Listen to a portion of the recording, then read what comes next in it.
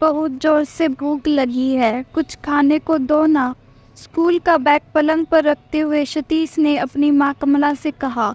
कमला ने कहा, हाँ तू हाथ मुंह धो ले और मैं अभी खाना लगाती हूँ। कुछ देर बाद कमला थाली ले आई। सतीश ने थाली देख उसमें फिर वही पतली सी फीकी दाल और चावल थे। सतीश ने कुछ नहीं कहा और चुपचाप खाने लगा।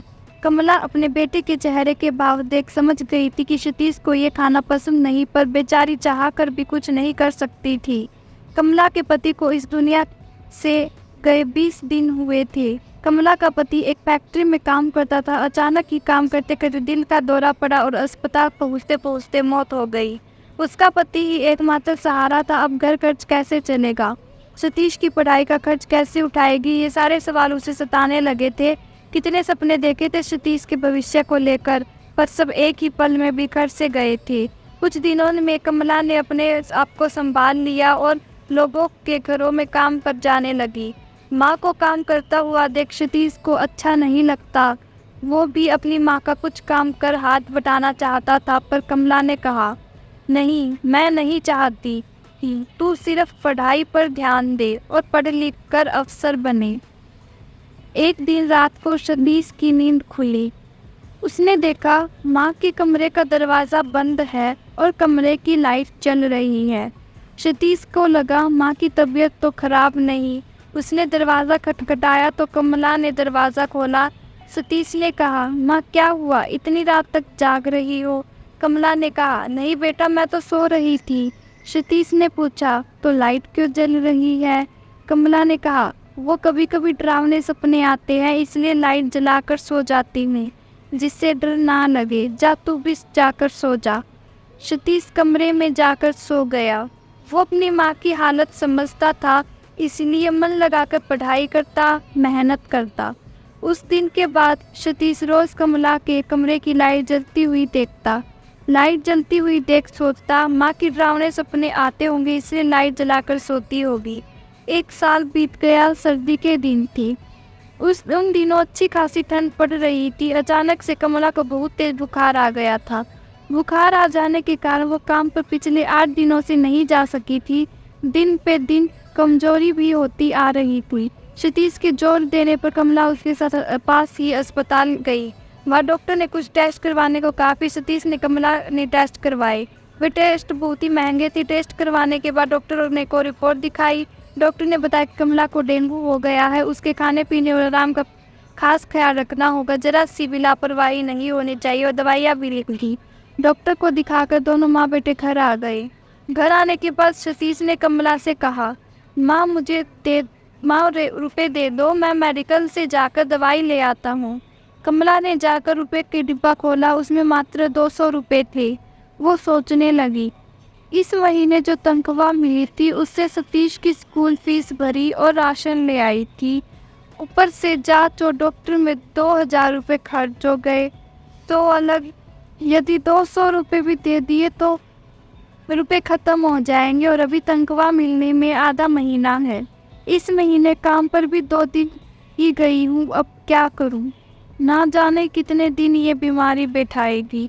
कमला ने सतीश से कहा, मैं कल जाकर हवेली वाली मालकिन से रुपए ले आऊँगी, फिर तो दवा ले आना, अभी घर में सिर्फ 200 रुपये ही है। सतीश ने कहा, ठीक है माँ। अगले दिन कमला जिन 4 घरों में काम करने जाती थी वहाँ रुपये मांगने गई, पर सबने उन्हें उसे यह कहकर लौटा दिया कि 15 दिन तो तू काम पर आई नहीं और अभी महीना ख़त्म होने में 15 दिन बाकी है, तो किस बात की तनख्वाह दे तुझे। कमला ने सबसे एडवांस भी मांगा, पर सबने इनकार कर दिया।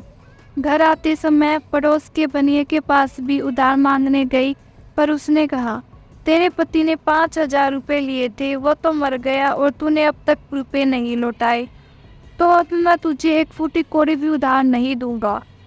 कमला बेबस सी घर आ गई। सुबह से चाय बिस्किट के अलावा कुछ खाया भी नहीं था। ऊपर से बुखार के कारण कमजोरी महसूस हो रही थी, थकान भी लग रही थी। घर आते ही निडाल सी बिस्तर पर लेट गई। सतीश स्कूल से घर आया, दरवाज़ा अटका हुआ था। घर में आकर देखा तो कमला बिस्तर पर लेटी हुई थी और उसे बहुत ही तेज़ बुखार था। सतीश ने कहा, माँ तुम्हें तो बहुत तेज़ बुखार है, तुम रुपए ले आई, लाओ मुझे दो, मैं दवा लेकर आता हूँ। कमला ने कहा, बेटा वो। सतीश ने कहा, उन्होंने देने से इनकार कर दिया ना, कोई बात नहीं माँ, मैं डिब्बे में देखता हूँ 200 रुपये है, जाकर दवा लाता हूँ। सतीश दवा की दुकान पर गया, उसने दवा की पर्ची दिखाकर दवा ली, पर बिल 1200 रुपये बना और वो दवा नहीं खरीद सका। सतीश ये सुन बिना दवा ले घर आ गया। माँ को बुखार में तड़पता हुआ देख उसकी आंखें नम थी। सतीश ने कहा, माँ मैं रुपए का इंतजाम करता हूँ, तुम आराम करो। कमला ने कहा, तू कहाँ से लाएगा रुपये? सतीश ने कहा, मैं कोई काम करूँगा, मजदूरी करूँगा, पर दवा लेकर आऊँगा माँ। तुम मेरी पढ़ाई के लिए दिन भर लोगों के घरों में काम करती हो और रात को भी देर रात जाकर मुझसे छुपकर मेरी पढ़ाई के लिए टोकनियाँ झाड़ू बनाती हो, कपड़ों में बटन लगाती हो, तो मैं तुम्हारे लिए मेहनत कर दवा नहीं ला सकता क्या? कमला ने हैरानी से देखा तो सतीश ने कहा, रोज रात कमरे की लाइट जलती देख मुझे अजीब लगा और पीछे की खिड़की से माँ उस रात मैंने सब देख लिया। उस रात मैं सच जान गया। माँ तुम क्या करती हो? मैं रुपयों का इंतजाम कर दवा लेकर आता हूँ, तुम आराम करो। सतीश घर से कमला को ये सब कह निकल तो गया, पर उसे कोई काम ना मिला। बड़ी मुश्किल रेलवे स्टेशन की एक चाय की दुकान पर कप प्लेट धोने का काम मिला, पर वहाँ काम करने पर उसे सिर्फ 50 रुपये ही मिलने वाले थे, जबकि दवा 1000 रुपये से ज़्यादा की थी। सतीश समझ नहीं पा रहा था इतने कम समय में दवा के लिए रुपए कहाँ से लाए, और माँ को दवा समय पर नहीं मिली तो माँ को कुछ हो न जाए। कप प्लेट धोते समय सतीश की नज़र एक सेठ पर पड़ी। उसने देखा जब सेठ ने चाय पी, रुपया दिया तो उसके पर्स में अच्छा खासा रुपया था। सतीश सोचने लगा, क्यों ना सेठ जी का पर्स चुरा लूं, पर उसके मन ने कहा, नहीं ये गलत है। पर फिर सोचने लगा, माँ बीमार है, यदि उन्हें कुछ हो गया तो। सेठ जी भीड़ में प्लेटफॉर्म पर खड़े हुए थे। कोई रिश्तेदार ट्रेन से आने वाला था, उनका इंतज़ार कर रहे थे। सतीश भी उनके पास जाकर खड़ा हो गया। उसने मौका देख सेठ जी का पॉकेट मार लिया, पर्स से कुछ दूर गया, पर्स में से रुपए निकाले और उसे उसके पिता की कही बात याद आ गई। बेटा, जिंदगी में चाहे कैसी भी परिस्थिति आए, पर कभी भी गलत राह मत चुनना।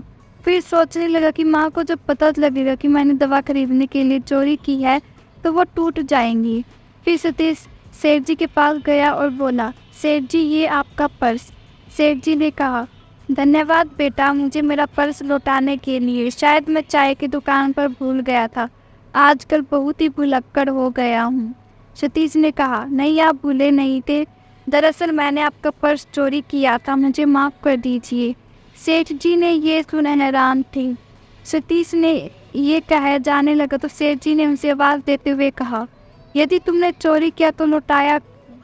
सतीश ने कहा, मेरी माँ बहुत बीमार है और दवा के लिए रुपए नहीं चाहिए थे, हमारी कोई मदद नहीं कर रहा, वो चाय वाला भी मुझे सिर्फ 50 रुपये ही दे रहा था, इतने कम रुपयों में दवा कैसे आएगी? ये सोच मैंने चोरी का मन बनाया और पर्स चुरा भी लिया, पर मन ही मन मुझे अपने आप पर गुस्सा आने लगा। मेरी माँ को पता चलेगा मैंने चोरी की तो वो इन रुपयों से खरीदी दवा को हाथ तक ना लगाएगी और वो बहुत दुखी हो जाएगी। मेरे पिता तो इस दुनिया में है नहीं, उनकी आत्मा को ये सब देख कष्ट होगा, मुझे आत्मग्लानि होगी लगे, इसलिए मैंने पर्स लौटा दिया। सेठ जी ने पूछा, पर तुम झूठ भी कह सकते थे कि पर्स गिर गया था या मैं चाय की दुकान पर भूल गया था। सतीश ने कहा, मेरे माता पिता ने कभी भी मुझे झूठ बोलना नहीं सिखाया। सतीश ने हाथ जोड़ माफ़ी मांगी और जाने लगा। फिर से सेठ जी ने उसे आवाज़ दी और कहा, रुको, मैं तुम्हारे साथ तुम्हारे घर चलना चाहता हूँ। सेठ जी ने अपने ड्राइवर को कहा कि वो उनके रिश्तेदारों को घर ले जाए और खुद सतीश के साथ उसके घर गई।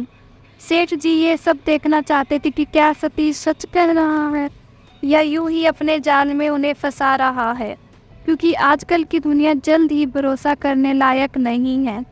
सेठ जी ने देखा सतीश की मां बुखार से तड़प रही है।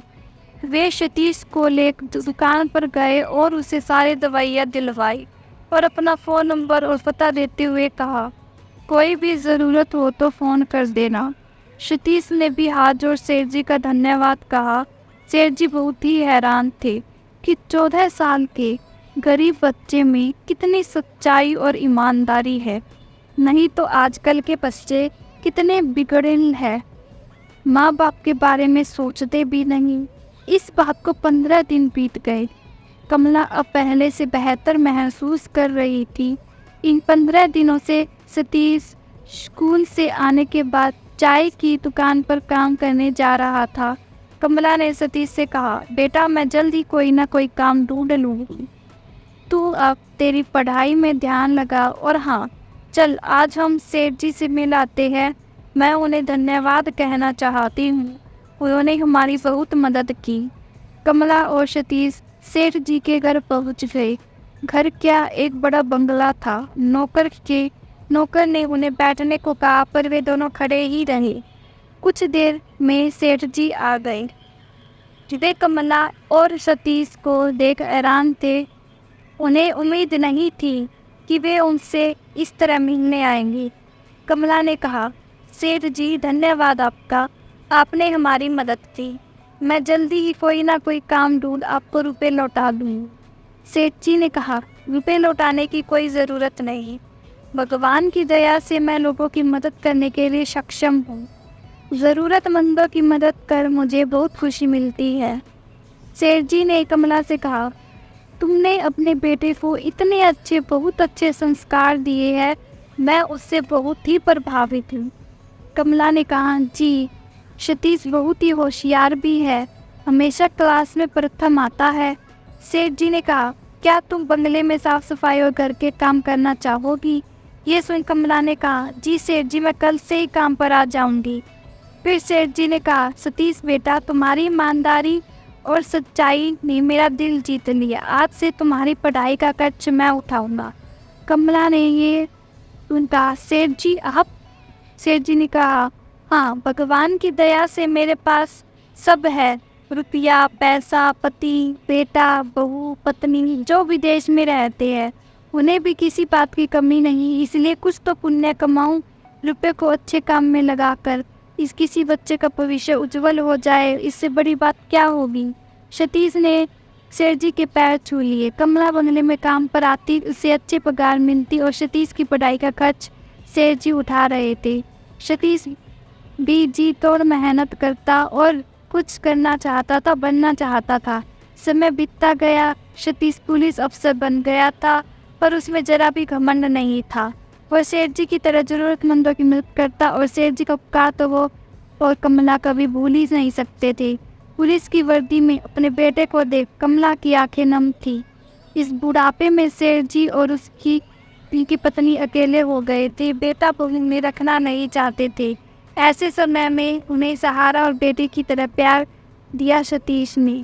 सेठ जी को गर्व था अपने फैसले पर, जो उन्होंने परिस्थितिवश गलत राह को चुनने वाले सतीश जैसे हीरे को परखा और उन्हें तराशा। सतीश सोचने लगा, किस्मत कब बदल जाए कुछ कह नहीं सकते। यदि उस रात पिताजी की कही बात और माँ के संस्कार साथ ना होते तो शायद आज जिंदगी कुछ और होती। इसलिए सदा माता पिता की बातें सुनो, उनका कभी दिल ना दुखाओ, सच की राह पर चलो, खूब मेहनत करो, फिर देखना एक ना एक दिन कामयाबी ज़रूर हासिल होगी। सो दोस्तों, कैसी लगी आपको ये स्टोरी कमेंट में ज़रूर बताना। कितनी अच्छी स्टोरी थी गाइस, आपको अच्छी लगी या नहीं कमेंट में ज़रूर बताना। ओके, डू लाइक से सब्सक्राइब। मिलते हैं ऐसी ही अगली कहानी में, तब तक के लिए thank you for watching. Bye bye.